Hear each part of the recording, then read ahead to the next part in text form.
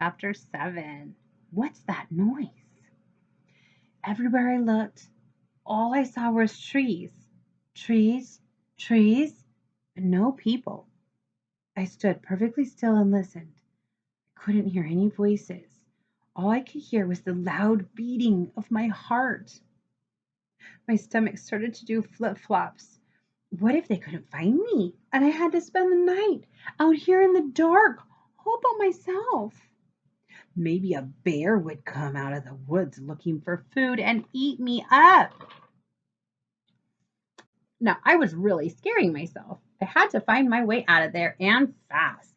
I started to walk in one direction, but nothing looked familiar, so I turned around and went back the other way. I had walked down one whole row when I heard the noise. It was like a quiet sniffling.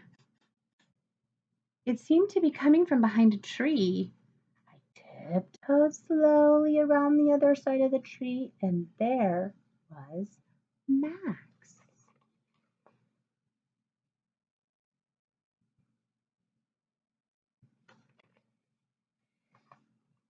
He was sitting down at the base of the tree with his head in his hands. And what was the noise? Was he crying?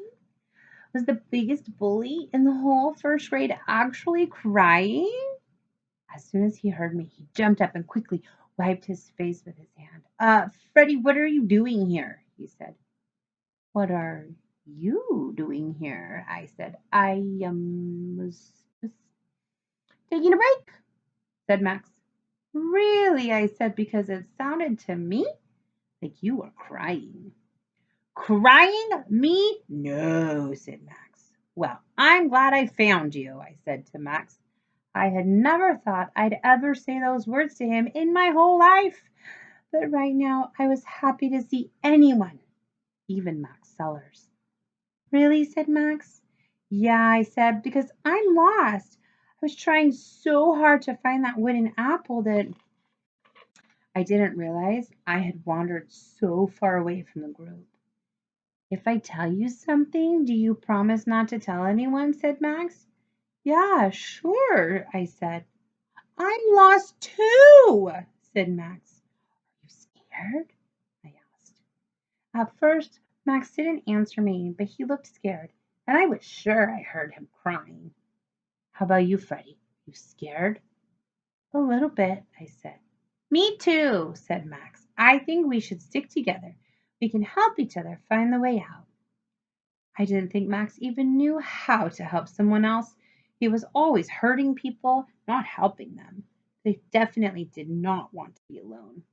Okay, I said, let's stick together and find our way out. Which way should we go? Said Max. Do you see any footprints? I asked.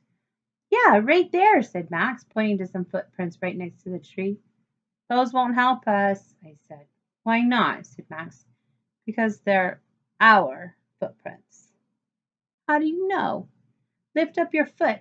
See how you though they match the marks on the bottom of your shoe? I said. Wow, you're like a real detective, Max said. He's checking the bottom of his shoe.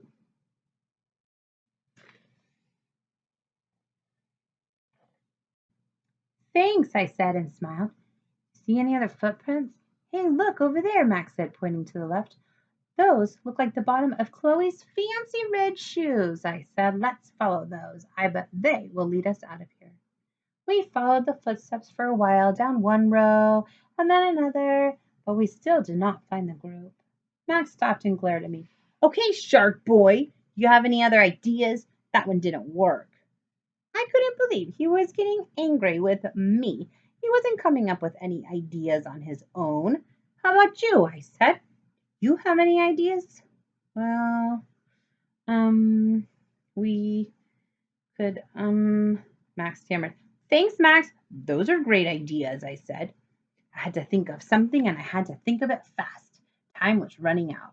I sat down on my bucket like I had before and hit my forehead with my palm. Think, think, think. What are you doing, weirdo? Max said.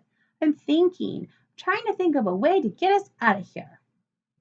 Just then, Max kicked my bucket and it gave me a great idea. Why didn't I think of that before? I said to myself. Think of what? Asked Max. Making noise with the buckets, I said. Pick up your bucket and start pounding on it like a drum. If we make a lot of noise, I'm sure the rest of the class will hear us.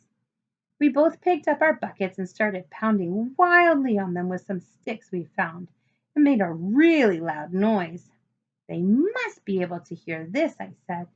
We walked a little farther, banging our buckets, and then I thought I heard a voice. Shh, I said to Max, listen. We stopped banging for a minute, and sure enough, we heard Mrs. Wishy's voice. Max, Freddie, is that you? We banged our buckets again. We're over here, we yelled, over here. Then I heard Robbie's voice. They're over there, Mrs. Wishy. I can see Freddie's red sweatshirt. Good thing that bright red doesn't blend in with the green trees. Mrs. Wishy, Farmer Bob, and the whole class came running up to us. Are you okay? Are you okay? They all asked. Yes, we said. That must have been really scary, said Chloe. Were you scared? Were you scared? All the kids asked. Max looked at me, and I looked at him. No, we weren't scared at all, we said. Oh my goodness, I was so worried. I had no idea where you boys were, said Mrs. Wishy. I'm glad you boys are okay, said Farmer Bob, but I am very disappointed that you did not follow my rules. I have those rules to keep everyone safe. Max and I hung our heads. I think you owe Farmer Bob an apology, said Mrs. Wishy. I'm sorry, Farmer Bob, I said, for not following your rules. Max just stood there. He didn't say anything. Max, said Mrs. Wishy, we are waiting. Max kicked the dirt. Now, Max, said Mrs. Wishy. I'm sorry, Max mumbled. Of course, I'm going to talk to your parents about this, boys, said Mrs. Wishy. I know they will not be very happy. Not very happy? My mom is going to be really angry, I whispered to Robbie.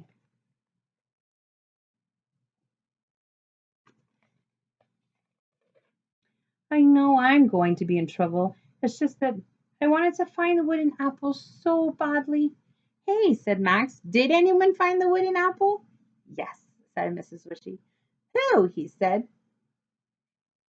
Jessie got a big grin on her face.